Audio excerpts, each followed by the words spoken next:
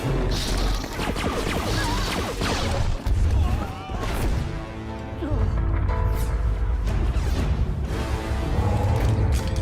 right about one thing, Captain.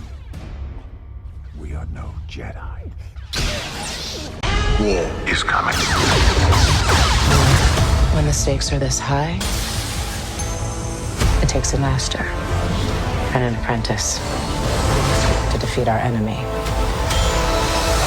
What makes someone ready? You just know.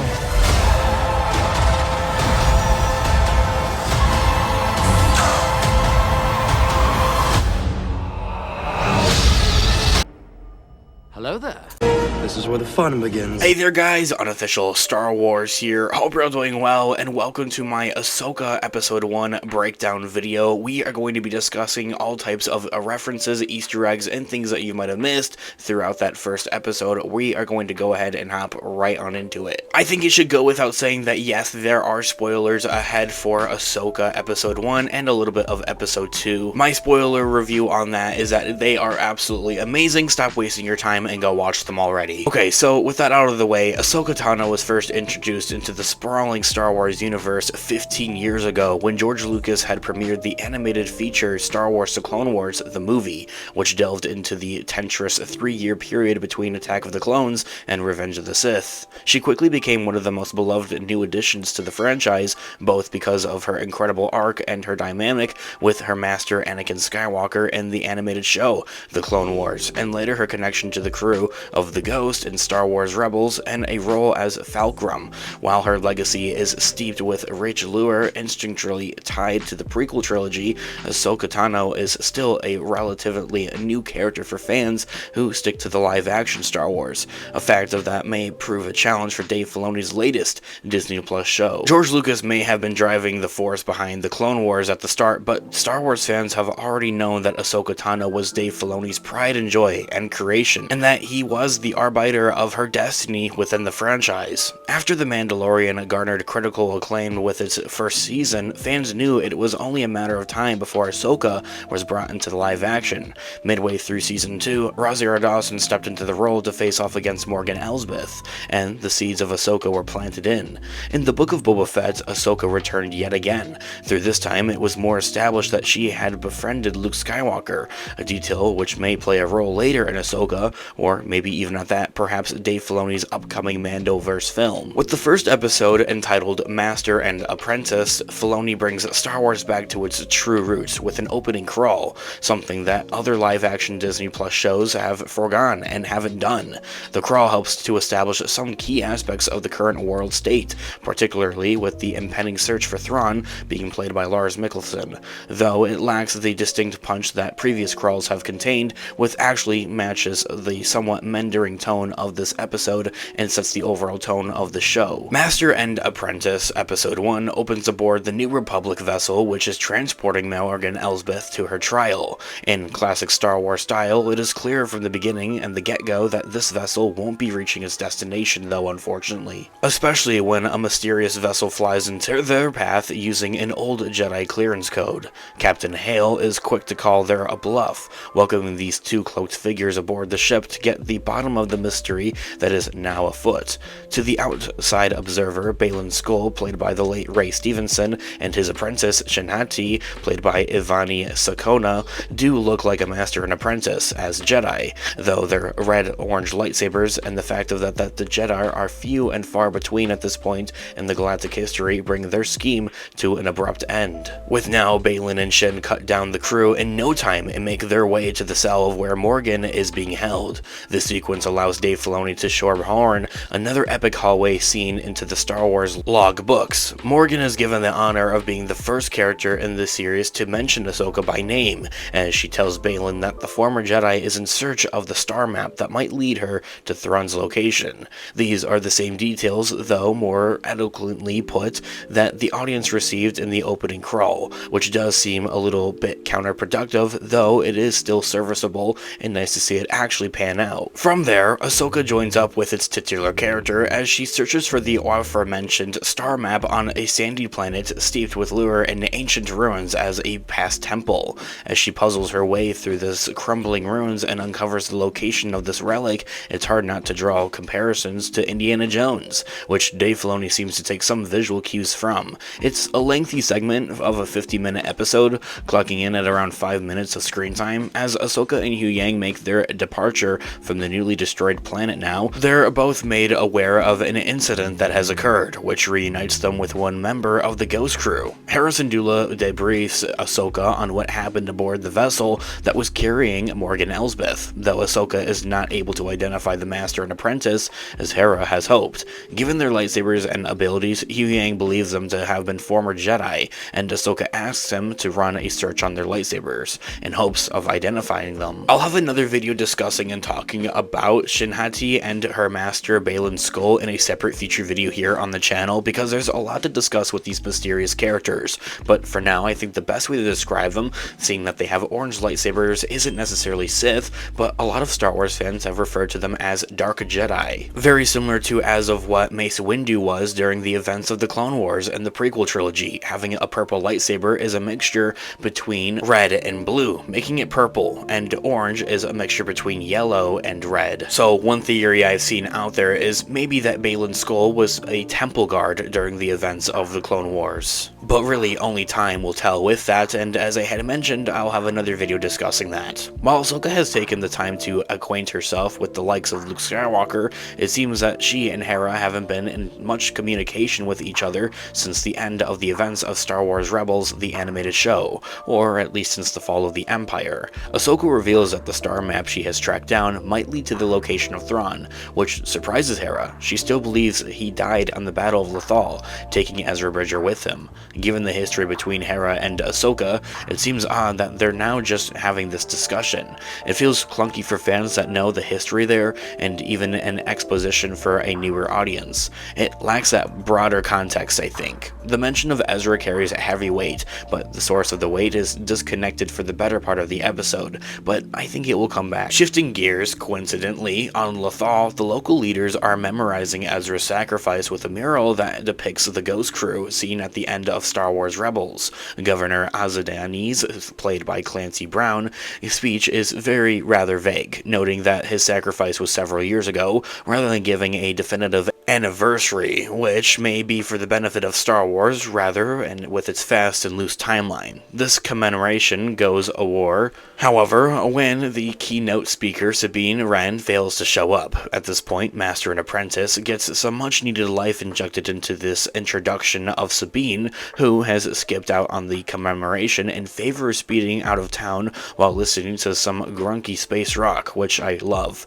Natasha Liu Bordizzo's Sabine is exactly of what one might expect from a slightly more mature version of the character, and she absolutely nails it. She's contrarian, rebellious, and an absolute menace to society, just for no reason. Through Sabine, we learn a little bit more about who Ezra is, or rather was at this point. At her brightly painted home, where she lives with her Lothcat, Sabine reminisces over her old friend while watching a hologram he had left for her. Though Eman Estevani's presence is short-lived, he makes for a great live-action Ezra Bridger. Tragically, though, Dave Filoni doesn't take this opportunity to demolish any hopes for Ezra and Sabine to have some type of romantic future. Rather, that makes many fans pin for during Rebels, by having Ezra say to Sabine in that recording that Sabine is more of a sister to him. Lothal becomes the main focal point for the remainder of the episode, with Morgan Elsbeth now directing Shin-Hati to travel there rather cryptically.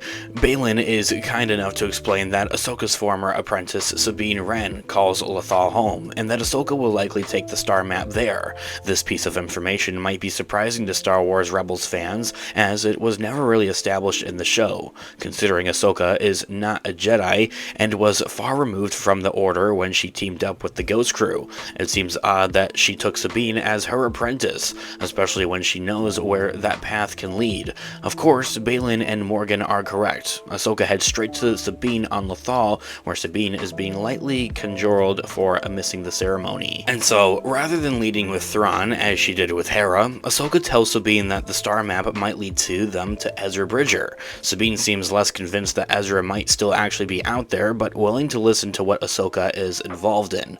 Ahsoka and Sabine have a tense conversation about their tentress relationship during Sabine's apparent Jedi training, which establishes that they had some kind of falling out. Their reunion is interrupted by Huyang, who has identified Baylan Skoll as a Jedi who has disappeared at the end of the Clone Wars. Before departing to go over their findings, Ahsoka warns Sabine not to take the star map out of the ship, which that's exactly what she does and disobeys. At this point, Shin is already hot on Sabine's trail, though she kindly waits to spring her attack until after Sabine figures out how to get the star map to work. Despite the star map proving difficult for Ahsoka to figure out, Sabine manages to figure out how to crack the code rather quickly.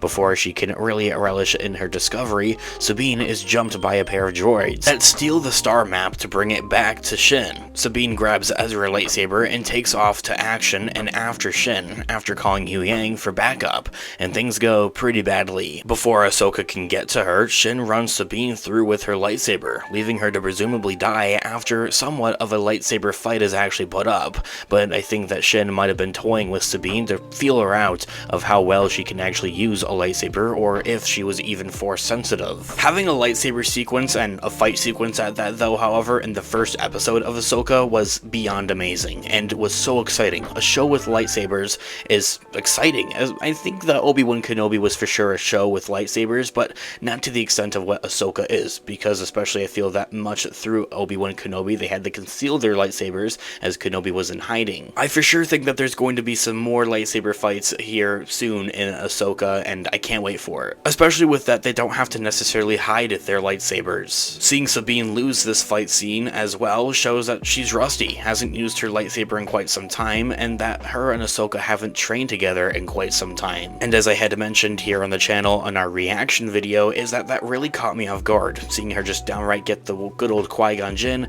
and a stab wound right through the stomach was really quite intense, although I did know that Sabine would not be dying. There's clearly other scenes of her throughout the trailers. And for our friend Rey at the very end of the episode was an honest tearjerker for me, as if I wasn't already tearing up throughout the entirety of this episode, seeing all these characters come back to life and come back to see the continuation of their story. For those of you that may not be aware, Ray Stevenson, or the late Ray Stevenson, had recently passed away just a couple of months ago, and it plays the master to Shin and Baylan Skoll. I think it's clear that this final showdown is aimed at drawing a comparison between the two pairs of masters and apprentices showcased in this episode. Sabine is a skilled lightsaber welder, but her training with Ahsoka was unfinished and clearly continuous. Shin, on the other hand though, however, seems to have had a great teacher in Baylan Skoll, which sets her up as a formidable foe for the remainder of the show. Ahsoka may be the titular character, but it's Sabine, Shin, and Baylan that are some of the most compelling aspects of this overall first episode. Ahsoka is working as this new world-building show in comparison to what The Mandalorian's Season 2 and Season 3 were doing, as in world building that they were working with a lot of different characters, main characters arguably at that, and that has now shifted over to what Ahsoka is after The Mandalorian Season 3 gave the finale a soft reboot. So there's definitely a lot of screen time to be shared over amongst all these different characters of the Ghost Crew, Hera Syndulla, Sabine Wren, Ahsoka herself, Huyang maybe even arguably, and then also adding into the mixture of Thrawn when Ezra returns, hopefully fingers crossed, Baylan Skoll and his apprentice Shin. But they did an amazing job not just with this first episode but also with episode 2, so Dave Filoni we trust. What's really fascinating about this episode titled Master and Apprentice is that it doesn't feel like a pilot episode, at least not into the typical sense. It may be the first episode of Ahsoka, but it feels like a continuation of the show that came before it. These characters are already established in the mind of Dave Filoni. They don't need an introduction or even a reintroduction at that. Ahsoka may not be for casual fans, but it's a thrilling experience for die-hard viewers who really enjoy Dave Filoni's brand of storytelling and lure-infused stories that rely upon the teachings of its past. I think that Ahsoka does work for a newer audience. Maybe you're flying in blind, I've never seen anything before with Star Wars, or maybe at least any of the other animated shows like Clone Wars or Rebels, but I think that you're able to catch on rather quickly. There's a few holes here and there, but that's really my only complaint about this first episode. And at that, the first episode does set up a few compelling threads and narratives by which we can go, which it will hopefully be pulled on throughout the rest of the season. Episode 1 is quite a slow burn for Ahsoka, but by the end, audiences should be ready to dive headfirst into this next episode, episode 2. What happens when we find Thrawn? Power. Such as you've never dreamed. Let's begin. Who is this Jedi? Ahsoka. Ahsoka Tano. Hey there guys, unofficial Star Wars here. Hope you're all doing well, and welcome to my Ahsoka Episode 2 breakdown video. We are going to be discussing everything that we saw in this episode into the regards of Easter eggs, things that you might have missed throughout the episode, and different references. I'll also be discussing a fair share of my own thoughts and theories throughout the video as well. That there all being said, we are going to go ahead and hop right on into it. It should go without saying that yes, there are spoilers ahead for Ahsoka Episode 1 and 2. If you want a spoiler-free review, it's amazing. Go watch it. What are you doing? Onward with spoilers though, however. At the end of the premiere, Sabine Wren found herself at the end of receiving a pretty serious lightsaber wound and stab. Fortunately, Ahsoka's second episode wastes very little time assuring its audiences that the plucky rebel will be just fine. Ahsoka seems frustrated that the star map was stolen by Baylan's apprentice Shin, but she also seems somewhat concerned about Sabine's well-being overall. Even if the loss and the theft of the star map was due to Sabine disobeying the direct orders to stay on the ship. Unfortunately, not only did Shin take the star map, but she stole away with the unlocked star map, and assured that the droids destroyed all of Sabine's notes about what the map had actually revealed. Steph Green, who directed one of the strongest episodes of the Book of Boba Fett, returns to the director's chair for episode 2 of Ahsoka titled Toil and Trouble, and the marked difference between her style of direction versus Dave Filoni is felt almost immediately. Green has a way of making even the most mundane scenes feel dynamic, in part because of the way that she crafts her scenes, but also due to the lens through which she views the galaxy and Star Wars overall. Scenes are not left to feel static or disconnected from the bigger picture, and editing feels more crisper and more fast-paced. While Baylan and Shin are one step closer to finding Thrawn on the far-off planet of Seotis, Ahsoka is focused on luring one of the droids back to Sabine's home on Lothal. With the droid's severed head in hand, Ahsoka lets Sabine try to crack into its memory bank to recover vital information on where maybe potentially Shin could be headed and where these droids were coming from. While she nearly causes it to implode, Sabine is able to discover that the droid had originally hailed from the planet of Corellia, a location of where Morgan Elsbeth once harbored her resources during the reign of the Empire. If the planet of Corellia may ring a bell, that's because that's where Han Solo is actually from. Before the episode follows Ahsoka on her journey to Corellia, it lingers on Sabine,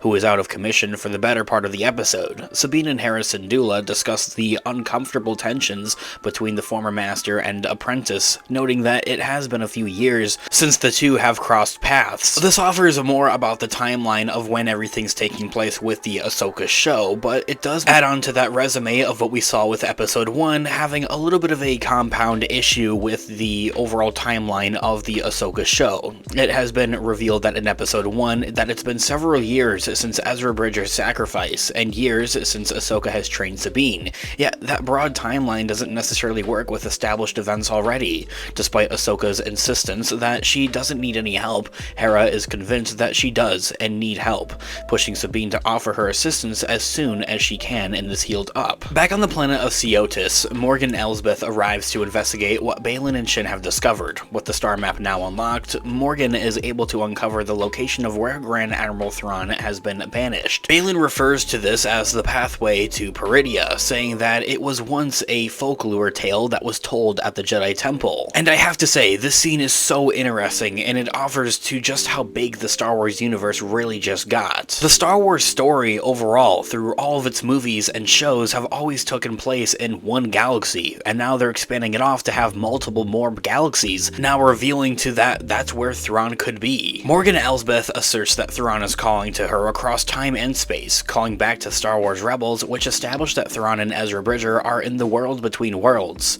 Shin seems uncertain about what will happen once they do locate Thrawn, but Baylan assures her that once he is located, that they will receive power like never before. As episode 1 established, her master and apprentice duo has been set up as a foil to Ahsoka and Sabine, so perhaps this is setting up seeds of doubt in Shin. On the planet of Corellia, Ahsoka and Hera arrive to investigate Morgan's facilities, and unsurprisingly, they are met with a bouquet of mess and dubious politics from former Imperial sympathizers. Ahsoka is a far cry from what Andor thought to do with its lush exploration of the galaxy's political intrigue, but this did prove to be a compelling aspect of the episode. While the Mandoverse series will likely never live up to the prestige of what Andor was able to accomplish with its political sides, at the very least Ahsoka acknowledges the turmoil in the post-Empire era, and I do believe that the show will have a lot more in exploring with that later down in the season. As they venture out to Morgan's abandoned facility, Hera tries her best to convince Ahsoka to take Sabine on as her apprentice again, though Ahsoka seems hesitant to go down that path once more. Whether if Ahsoka resumes training, Sabine is rooted in a fear of repeating old cycles of trauma or the genuine doubt in Sabine's skills. It's just not clear yet. Sabine, however, has made her mind up about what went down between her and her former master, and has come to terms with it and getting over it. During a conversation with Huyang, Sabine reveals that it was Ahsoka who had abandoned her training, seemingly without cause, leaving Sabine with a pretty big chip on her shoulder. Huyang attempts to assure her that Ahsoka really did want and need her help with the star map, but Sabine is quite convinced that the only reason why she was ever made aware of the search for Ezra was because of Hera. Huyang is excellent at playing devil's advocate or being logical, as he boasts, by reminding Sabine that she never indicated that she wanted to return to training. He also employs a little tough love by telling her that she never was a very good student or as skilled as Ezra, but he wraps it into a reminder that essentially the only way to get better is to actually try. They also mention to the idea of that while Sabine isn't force sensitive like every other Jedi is really supposed to be. Once and for all answering that fan question and theory out there as of whether or not Sabine is force sensitive, it seems that the answer to that is no. The battle between Ahsoka and the Inquisitor Merrick was really awesome. I think there was a few things here and there that could have gone better with these highly skilled lightsaber combat characters. My only two issues with that lightsaber battle was that, well, Ahsoka has white lightsabers, and the background was in a very white lit kind of scenario in there, so it was a bit hard to make out her lightsaber blades, and also for the fact that we didn't get the helicopter from the Inquisitor and his lightsaber like we see in Rebels. Merrick is quite the mysterious character in his own right, as his helmet and lack of dialogue obscure his true identity. This character will undoubtedly spawn a dozen of well-formulated theories and questions, though it's unclear as of yet if Dave Filoni aims to take the predictable route with the character. While his duel with Ahsoka isn't as thrilling as it could have been because of the color choices, at least Hera's fancy footwork in the sky, which assures that they can still track Shin's vessel, makes up for it. Her ace piloting is made even sweeter due to everyone's favorite murder droid, Chopper, causing a little mayhem along the way. Back in Lothal, Sabine pulls her Mandalorian armor out of storage and mulls over the decision to chop her hair off, which she does, and returns to who she once was. Unlike the Mandalorians that the Mandalorian has introduced to casual fans, her clan is dissimilar from both Din Djarin's and Bo-Katan's. Still, her dual-colored hair won't fit to her helmet without her shearing off a decent chunk of it. Ahsoka seems as though she expected this turn of events when she climbs aboard her vessel and cues up Sabine's message to her. In the end, Hera was right. They both needed each other, even if their history is still clouded in mystery about what really went wrong. Before setting off on her new mission with Ahsoka on track Shin's vessel down to Seotis, Sabine visits the mural of the Ghost Crew and studies Ezra for a long moment. For fans of Rebels, this moment will feel special and steeped into a history that only they know, but for casual fans, the show hasn't fully established why the audience should really care about Ezra, which I can't wait to see what they do with that. Aboard the Eye of the Scion, Morgan reveals that what they are nearly done outfitting the starship with the new hyperdrives that can get them to Thrawn's location. Their victory is undercut by the knowledge that Ahsoka is determined to track them down though, however, a fact that seems to be bothering Baylan. Shin is convinced that they made a clean getaway, but Baylan can sense that Ahsoka is on their trail. The final moments of the episode are neatly designed to make you want to hit play on the next, but fans will have to wait another week to see what happens when Ahsoka and Sabine do track down their foils in the Force. Overall, not only does episode 2 of Ahsoka begin to really pick up with its pacing and really get the story going, but I also believe that it heavily sets things up already for where the show is really going to go, setting up new possibilities in the Star Wars franchise with introducing other galaxies really being a thing, bringing old characters like Sabine back to her good old self and wanting to get back into that fight, and also offering up of what other areas in the Mandoverse could really look like the cancelled Rangers of the New Republic show could pick back up and rekindle as Hera would take that show over entirely, cracking down on Imperial remnants. Episode 2 is just a small taste of what the entirety of Ahsoka Season 1 is going to bring to the table, and it's going to be big. Guys, let me know all of your thoughts and opinions in the comment section down below. What did you guys think about Ahsoka Episode 2? And if you didn't already, go check out my Episode 1 breakdown video here on the channel as well, and comment down below your thoughts and opinions on Episode 1. I would love to hear what you guys are all thinking. I love to discuss this with you guys in the comment section down below. Thanks so much for watching today's video. Of course, this has been Unofficial Star Wars. I'll catch you guys in the next one. Have a great one. May the Force be with you as always. Peace out.